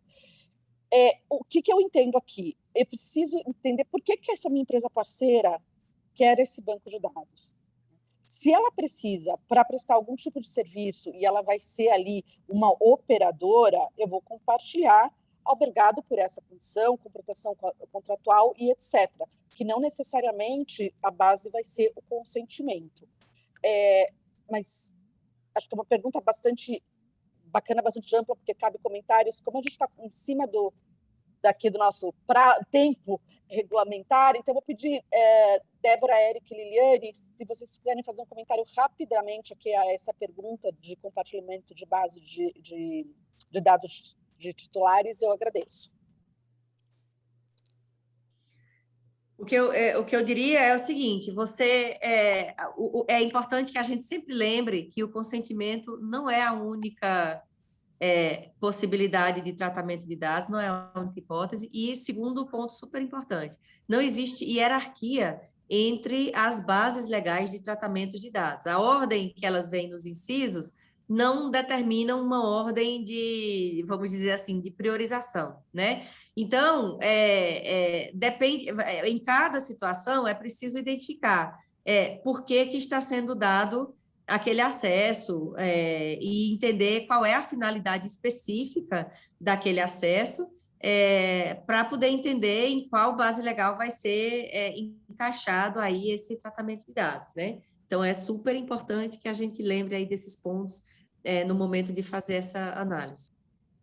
Obrigada, Érica. Só para complementar, como o Débora falou, existem outras bases legais. Muitas empresas enquadram isso, às vezes, como execução de contrato, outras enquadram com diversos... E é legítimo interesse depender quando fizer o LIA, que é o balanceamento entre os direitos fundamentais dos titulares e os direitos empresariais. Então, isso é bastante interessante fazer essa avaliação em relação a isso.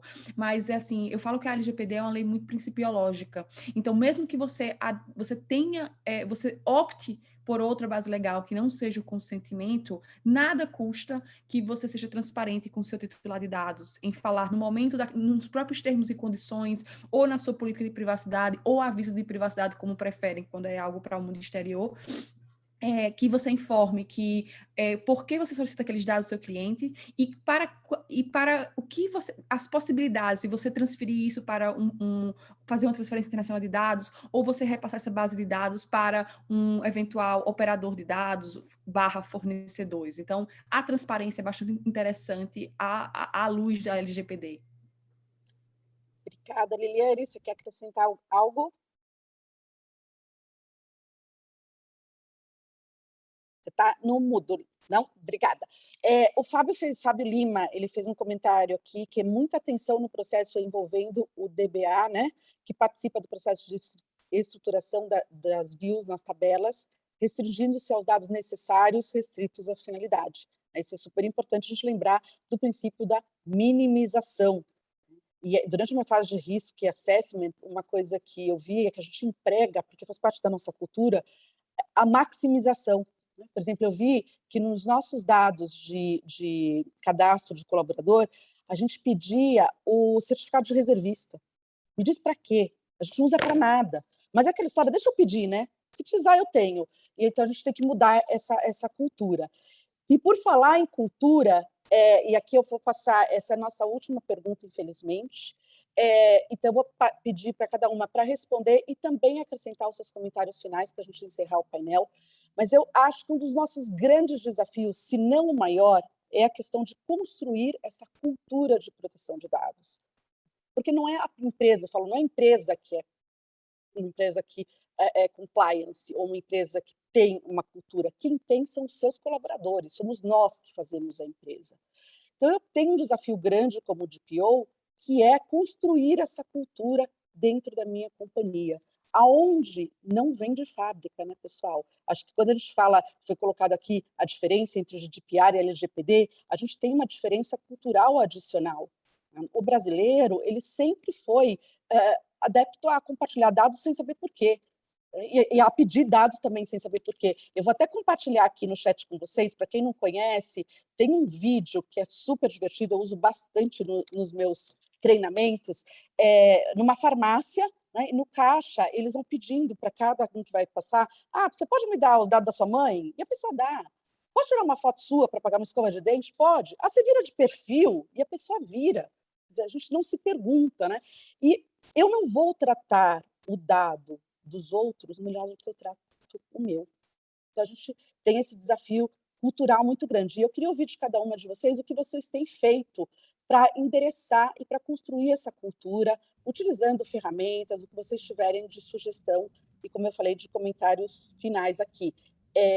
Vamos começar em ordem alfabética novamente, Érica? Débora, perdão, ordem alfabética e eu erro a ordem alfabética. É que eu sou quase xará da Érica. Eu sabia disso.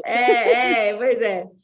Então, a cultura ela é super importante, né? De fato. Então, a gente faz e fez treinamentos online que ficam permanentemente disponíveis na plataforma de treinamentos.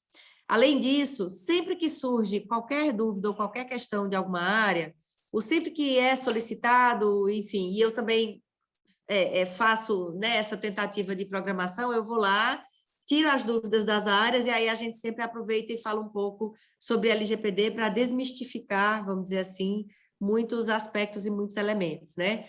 A gente tem as pílulas de proteção de dados, que são elementos da comunicação interna enviados aí por e-mail para as pessoas saberem um pouco o que é cada coisa, né? Tem a comunicação institucional, claro, né? Assim,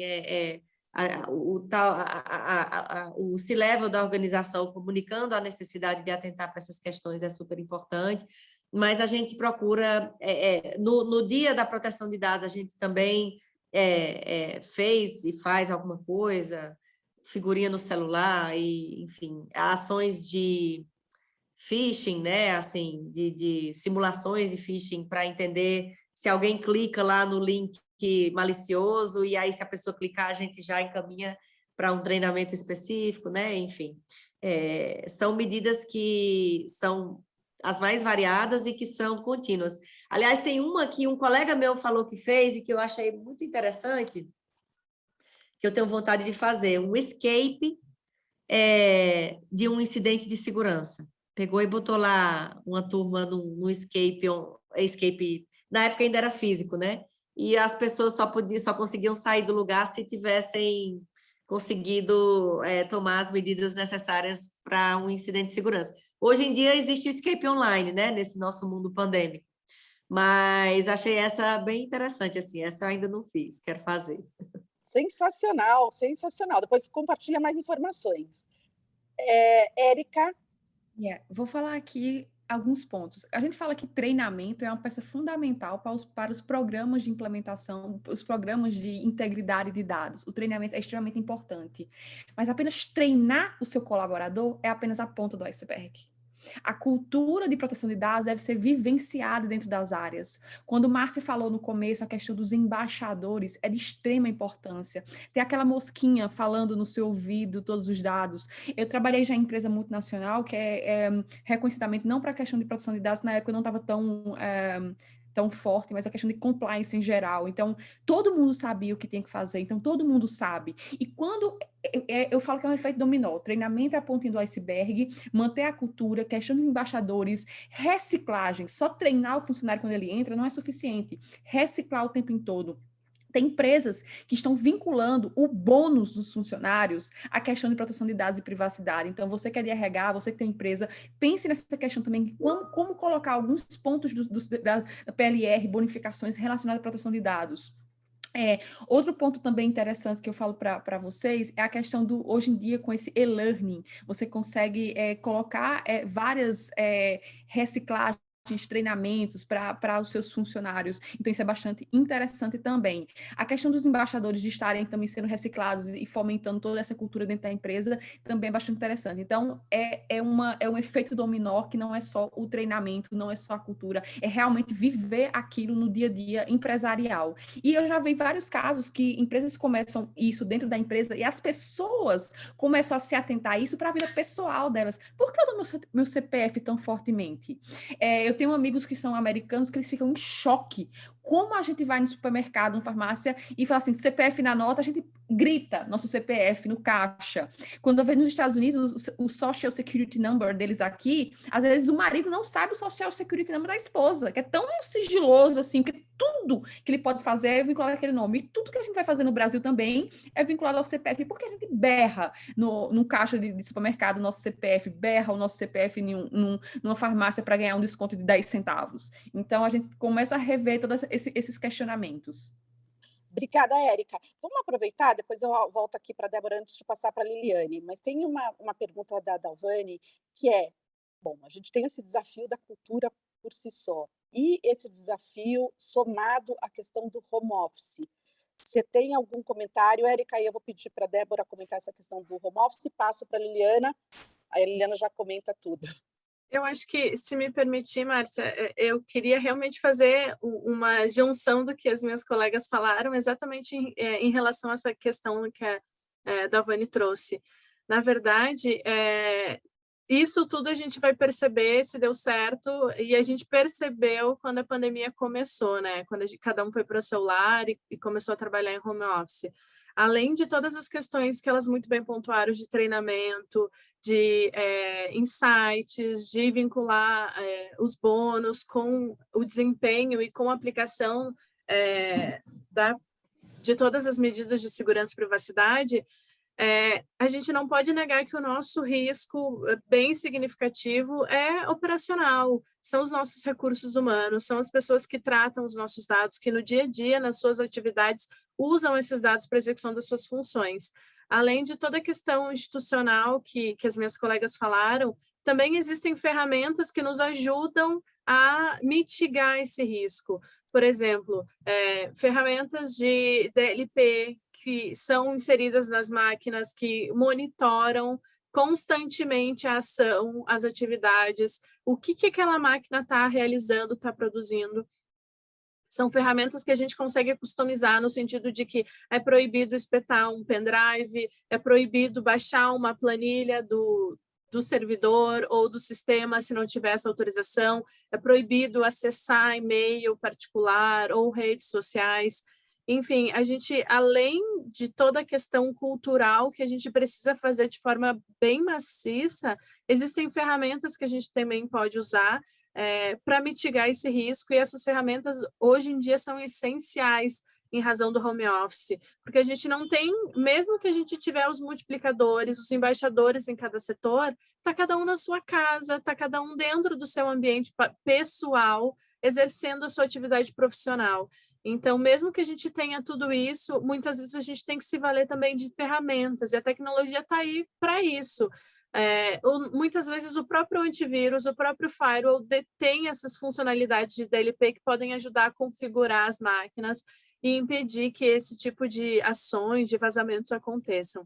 Então, corroborando já o que as minhas colegas falaram, respondendo a essa questão, no home office, além de toda a questão cultural e de mudança de paradigma, a gente também precisa se valer de ferramentas para customizar os acessos, para customizar as autorizações daquilo que pode ser feito ou não com as máquinas da empresa, exercendo suas funções em prol da empresa. Obrigada, doutora Liliane. De fato, no home office eu brinco que todas as empresas passaram a ter infinitas filiais, né? Hoje eu tenho 500 colaboradores, eu falo que eu tenho minha sede de 500 filiais. E a gente precisa relembrar que, ainda que a gente esteja nesse ambiente online, esteja em casa, isso não significa que deve haver um relaxamento das políticas de proteção de dados. Meninas, incrível! Eu confesso que eu passaria aqui o dia, se não a semana, batendo esse papo super enriquecedor. O conhecimento e a experiência de vocês, a simpatia, a leveza e a clareza em compartilhar, alegrou meu dia começou muito bem. Agradeço, Márcio, os organizadores, pela oportunidade. Agradeço a nossa audiência pelo engajamento, pelas perguntas e comentários que foram super oportunos. E aqui, sem pedir permissão das minhas colegas, depois elas podem puxar minha orelha aqui no nosso grupo de WhatsApp, mas eu queria convidar vocês a que essa troca de experiência não pare aqui, né? Nós estamos no LinkedIn, vamos manter contato e fazer aqui que esse início de manhã tão enriquecedor, ele tenha continuidade. Desejo a todos um excelente evento e, mais uma vez, muito obrigada. Obrigada. Olha, Márcia, Débora, Liliane, Érica, mais uma vez, muitíssimo obrigado por vocês terem tocado com excelência aqui o painel, porque não vou mentir para vocês, não, foi assim, a interação de todo mundo entre vocês, entre a plateia, então acho que foi uma sinergia total, e realmente é um tema que a gente vai abrangendo e vai ter discussões, então também já aproveito a provocar a audiência que está nos escutando. Vamos ter outros painéis ao longo da nossa programação falando sobre LGPD com diferentes óticas. Amanhã teremos um às 10h30 falando sobre cadeia de fornecedores e tudo mais. Dá uma olhada também na nossa programação, porque a gente sabe que vai entrando, a LGPD vai entrando às vezes numa área específica e aí vai tendo outras dúvidas. Então, por favor, olhem a programação, continue com a gente. Meninas, muito obrigado. E começamos com chave de ouro e vocês falaram, é um painel das mulheres, né? Começando aí o nosso painel com as mulheres. E já vou falar uma prévia. A gente termina também o nosso congresso com o painel das mulheres do CWC. Então, assim, a gente começou e terminou e vai terminar o nosso evento com as mulheres fazendo o show que vocês fazem. Vocês são peças fundamentais em todas as empresas, em todos os lugares. Não podemos máximo, Márcio. Muito obrigada. Olha, eu já falei que meu dia começou otimamente bem, mas agora eu ganhei o dia principalmente com meninas. Isso vai ficar aqui no meu ouvido o resto do dia. Bom evento, pessoal. Obrigado mais uma vez.